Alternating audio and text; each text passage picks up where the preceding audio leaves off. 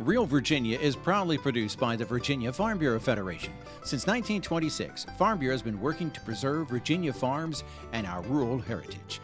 Visit our website at vafb.com. Hello everyone, and welcome to Real Virginia, a show about Virginia agriculture and the people who produce the wonderful local products we enjoy. Brought to you by the Virginia Farm Bureau. Farmers market season is in full swing, and Virginia has some of the oldest markets in the nation. We'll show you how to make your own summertime treat, peach ice cream. And the Census of Agriculture is an important resource for farmers and those who protect soil and water quality. Home will always be Virginia, between the Blue Ridge and Chesapeake Bay, Atlantic to Appalachia, home in my heart always. Welcome back to Real Virginia, everyone. We're coming to you this week from Lakeside Farmers Market in Henrico County. The recent pandemic has proved the value of local food supplies, and Burke Muller reports that some Virginia markets have a proud history of serving consumers since before the American Revolution. Farmers markets like this one in Lynchburg, Virginia are among the oldest in the United States. And whether it's fresh produce, cut flowers, or sweet honey, there's something here for everyone. The Lynchburg Community Market has both indoor and outdoor vendors and occupies a unique place in the city's civic life. This market started in 1783. It's actually the fourth oldest consecutively running farmers market in the nation and the oldest continuously running business in Lynchburg. So there's a lot of history. Originally located in downtown Lynchburg, the market moved to its current site in 1932. Slaughter says the market site is technically a food desert, a place where fresh retail fruits and vegetables are unavailable or prohibitively expensive. But on Saturdays, that changes thanks to the plentiful produce and other products on sale. According to the U.S. Department of Agriculture, the first farmers market was established in North America in 1730 in Lancaster, Pennsylvania. But the market in Alexandria has been in the same location for centuries. The Old Town Farmers Market has been operating here on Market Square for over 265 years. It started running in 1753. It's the oldest continuously running or operating farmers market in the same location in the country. The Alexandria market is packed on Saturdays when shoppers can buy meats, produce, cut flowers, and much more from over 70 vendors, like Angela Klimpatug of Culpeper. The people in Alexandria are really awesome, and sometimes we take suggestions. In fact, somebody did suggest, to start succulent garden, and we grow ginger as well. My ginger is right there, and I have a little thing to tell them this is how we do it. So, many things that we carry now, it's from the customers, and we're not shy to ask the customer, what do you think? What would you like to see? What can we bring? And, what can we order for you? So they're very, very good. This market also has an important place in the history of the American Revolution. Behind the market site is a plaque describing how the market square was part of the original Fairfax County Courthouse. This is where George Washington presided and George Mason drew up the Fairfax County resolutions, protesting British tyranny in 1774. The historic Roanoke City Market has its own distinction. It's Virginia's oldest continuously operating open-air market, and unlike most other farmers markets, it's open 7 days a week.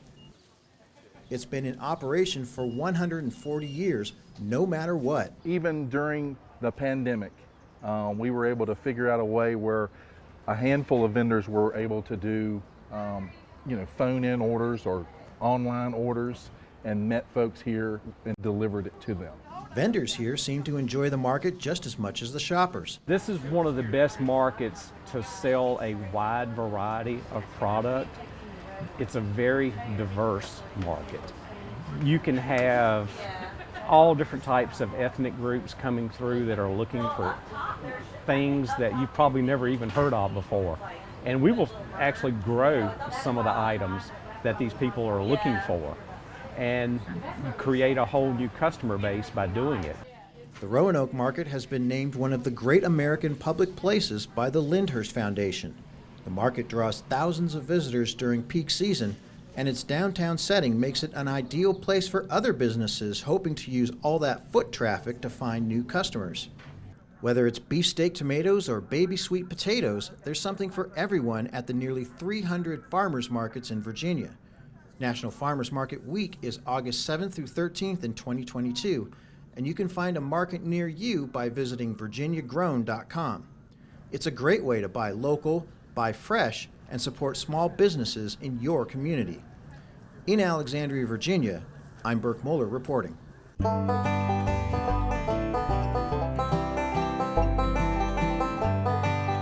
Farming and forestry have a combined economic impact of approximately $91 billion a year in Virginia. Much of that comes from the large amounts of soybeans, corn, milk, poultry, peanuts, tobacco, and timber that are sold in the U.S. and overseas. But don't rule out local foods. The Virginia Farmers Market Association estimates local markets in the Old Dominion generate $4 billion on their own, with a combined workforce of 20,000 farmers and vendors. 280 markets were registered with the State Department of Agriculture in 2021, a huge increase from the 88 markets registered in 2006. I'm Mark Viette. Coming up on In the Garden, I'm going to talk about pruning overgrown holly trees. Stay with us. We're stronger together, especially at this difficult time.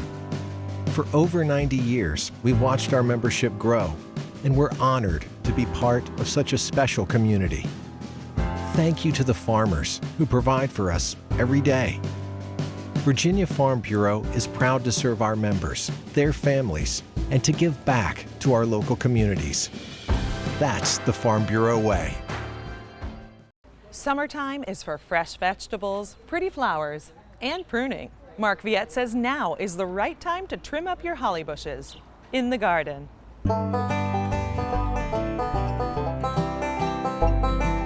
Behind me is one of my favorite evergreen trees that you can use around the home in the garden. And it's great for birds. The cardinals love it, the doves love it, and the robins also love to make nests in this evergreen tree. It's called the American holly. It's really hardy. Full sun, bright shade, it grows in many different environments, and it has these beautiful berries, therefore the name Merry Christmas. It's about 8 feet wide, and when I prune hollies, I like to prune them back pretty hard if they're overgrown. The one thing that you need to do is look at the height and the width and consider where you're going to prune it. It's about 8 feet wide. I'm going to go ahead and take maybe 3 or 4 feet total off of this, maybe a little more in height. It'll grow back well and it'll look great. In fact, it was almost too wide, and the branches this winter with the snow kept leaning downward. In fact, I had a lot of pruning I had to do because when I walked, it would hit the top of my head. So we're just going to start pruning. It's always good to have good tools. If you want to wear protective gloves, you might, because the leaves can be a little prickly rather. And so I'm going to come in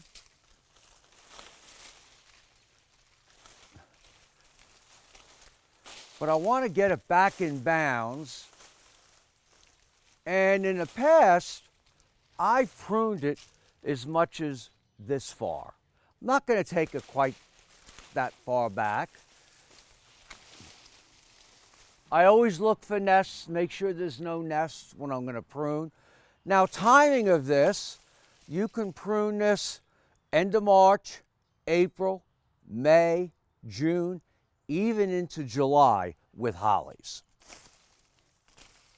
Sometimes you're going to find winter damage, so come in, and if you find something completely damaged by bending in the winter, take that branch entirely out like this. And you might find a couple on these, because this past winter we had a snow that did stick to this. And every once in a while I stand back and I take a look. Am I getting enough off of this? I see a few places I may have missed.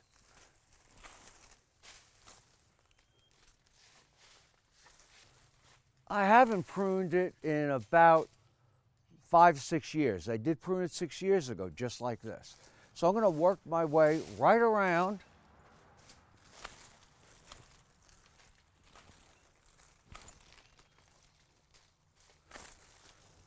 I do not use electric trimmers. I like to prune them by hand, so every branch I prune is proper, and I'm not really cutting the leaves and damaging the leaves. American hollies are very durable. Some hollies may resent heavy pruning, but not this one. Remember, most hollies you need a male and a female tree. Even though they say you don't have to have one, I recommend it. And I might follow up with a good hand shears just to make sure.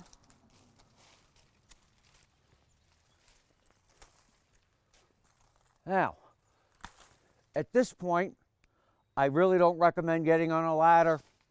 It's not the safest for all of us, so I'm going to prune the rest with a pole pruners.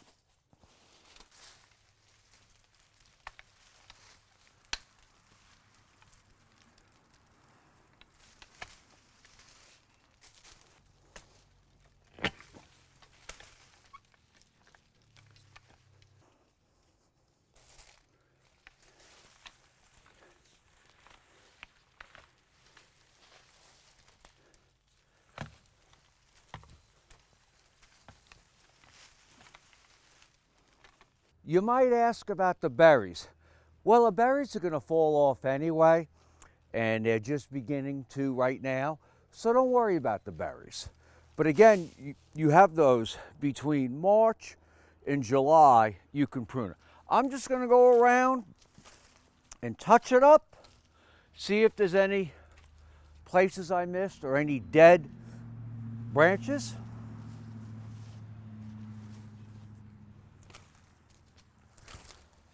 Then I'll stand back and look at it again, make sure I did everything correctly. Enjoy pruning your hollies and get a good workout. I'm Mark Viette. Join me next time in the garden. For more garden tips, go to inthegardenradio.com. Coming up on Heart of the Home, fresh peach ice cream. Stay with us. And now, a sneak peek into a day in the life of a Virginia dairy cow. They get their day started. They have some lunch, get some exercise, spend time with their friends, and then end their day with dairy sweet dreams. Real dairy, real life, real delicious. Virginia peaches and ice cream go together like sand on the beach. Chef Tammy Brawley shows us how to make our own delicious dessert treat in the heart of the home.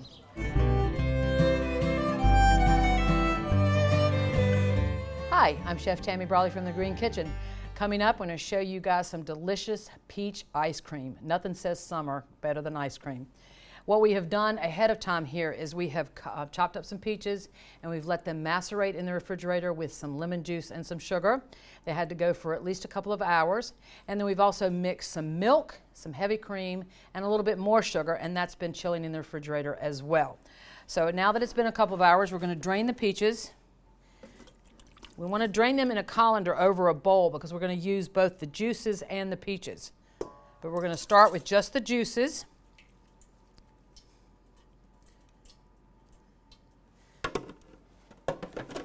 And now what we want is to get our ice cream bowl out of the freezer.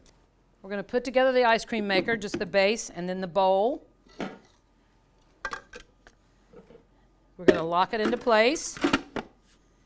And now we're going to stir our juices from the peaches and the sugar and the lemon juice into our milk and cream mixture.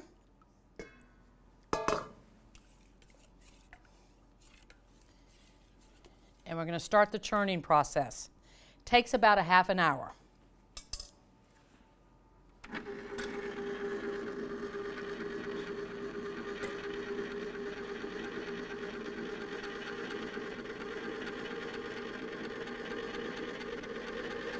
This is actually, I think, a cup of whole milk, 2 cups of cream, and then the sugar base. Absolutely cannot be done if your freezer bowl is not frozen, so make sure you do that. And we'll come back in a few minutes after this has had time to churn. In about the last 5 minutes, we'll add those delicious chopped peaches. All right, and we're back. Our ice cream has been churning for about a half an hour or so. Now it's time to add the peaches. Right through the top.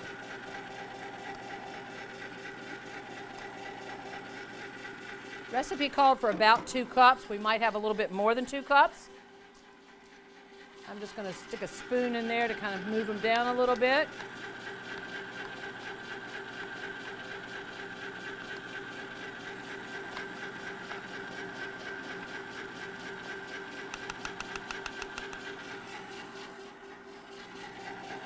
A couple more in there.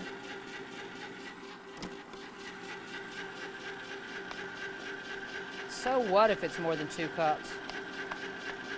This is going to taste so good.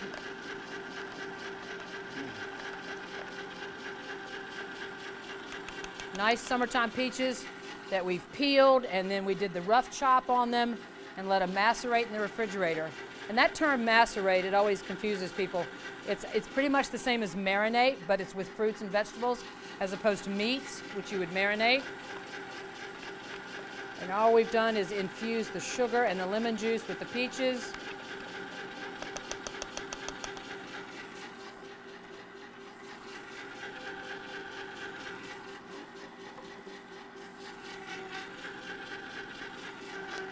I think it's ready.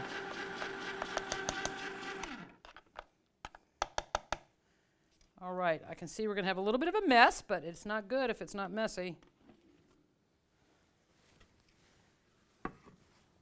Oh, gosh, messy or not, this looks delicious. Have a nice serving bowl waiting to the side. And pull our churning blade out. All right. Y'all are about to see me get real messy here.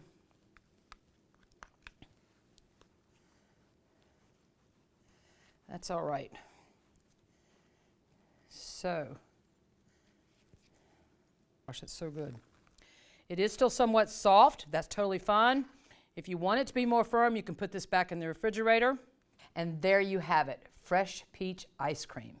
Join us next time on Heart of the Home. Recipes from the Heart of the Home can be found on the Virginia Farm Bureau website at vafb.com/recipes, as well as on Chef Tammy Brawley's website at greenkitchenrichmond.com.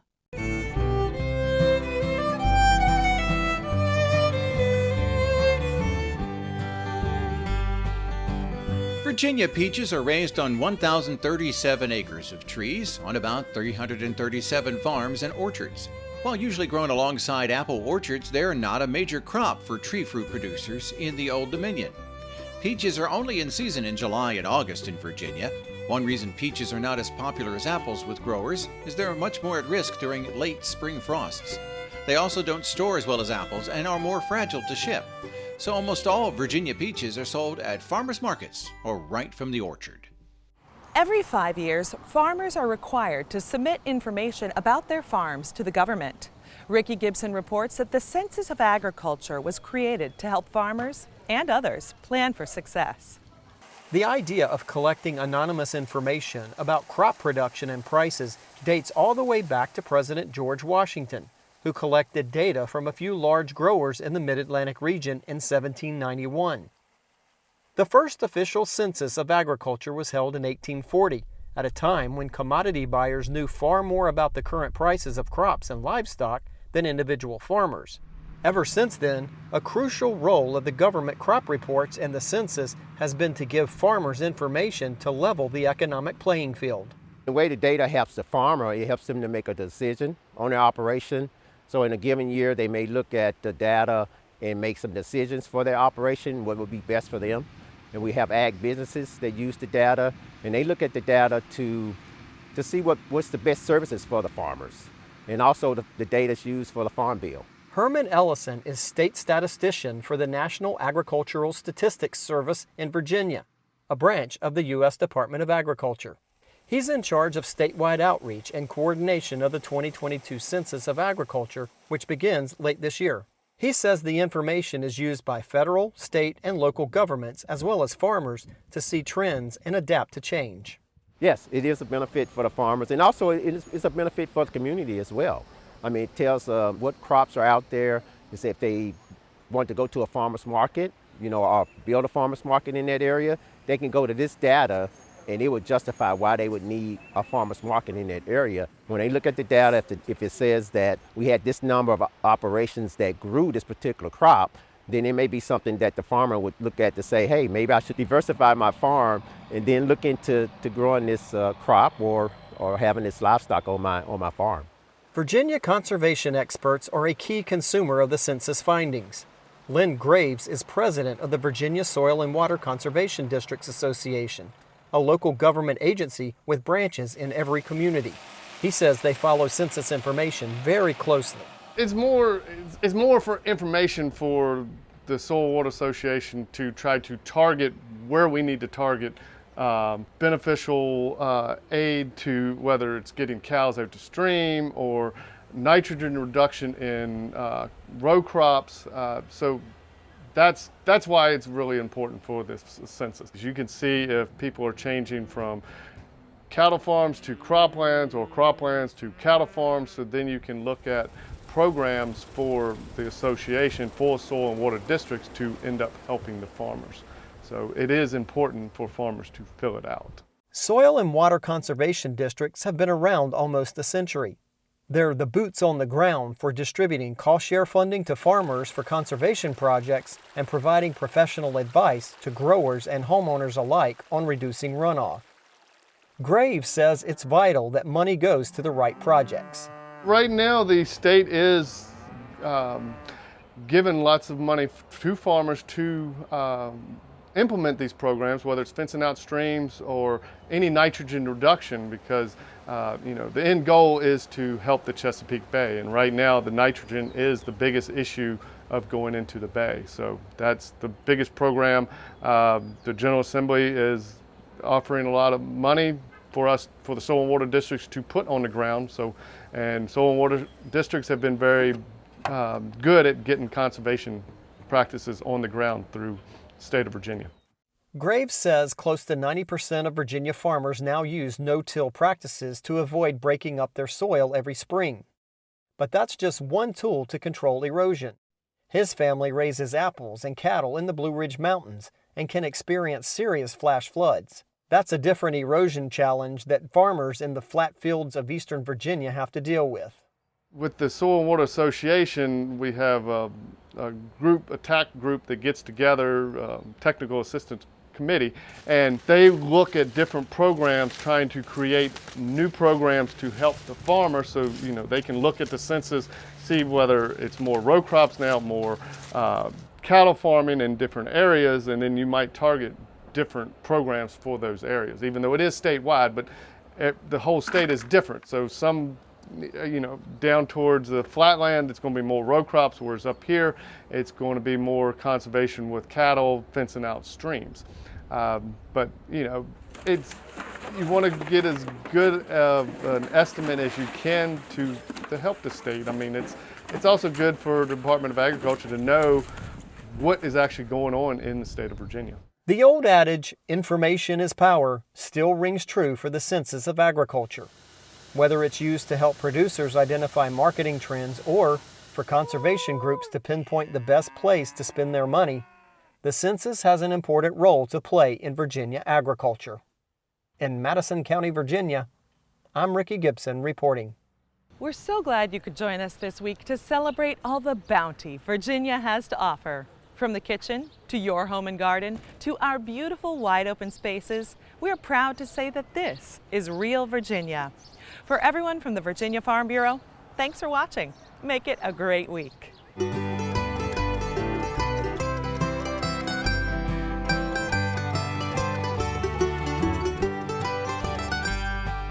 Home will always be Virginia, between the Blue Ridge and Chesapeake Bay, Atlantic to Appalachia.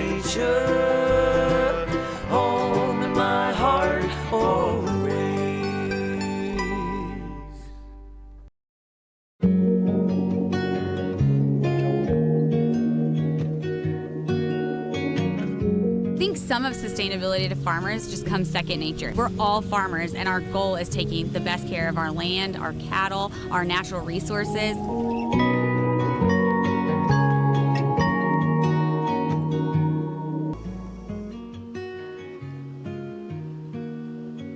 I'm Kamal Bell. I'm a first-generation farmer.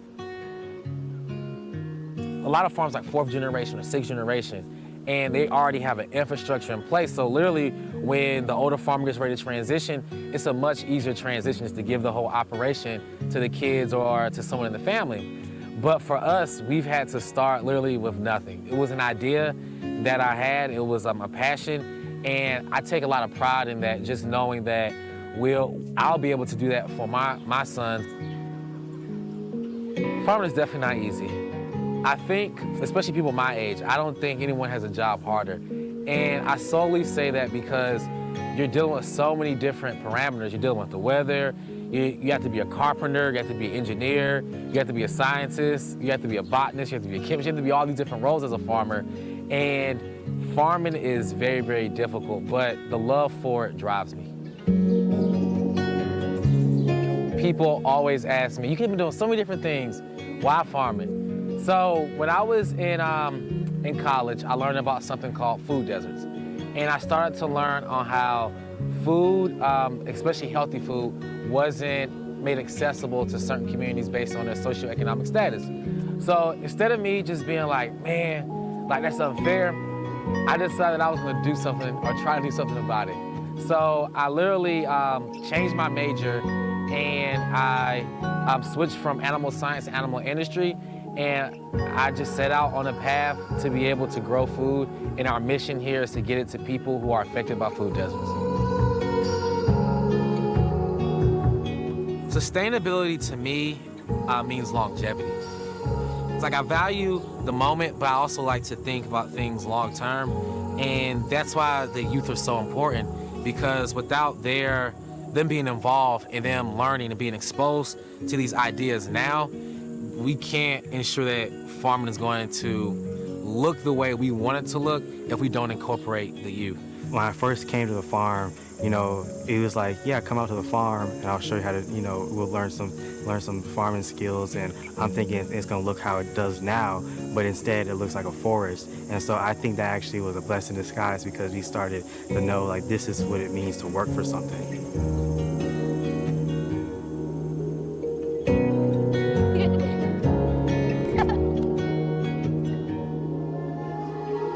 I definitely want this to be a family, something that stays in the family long term.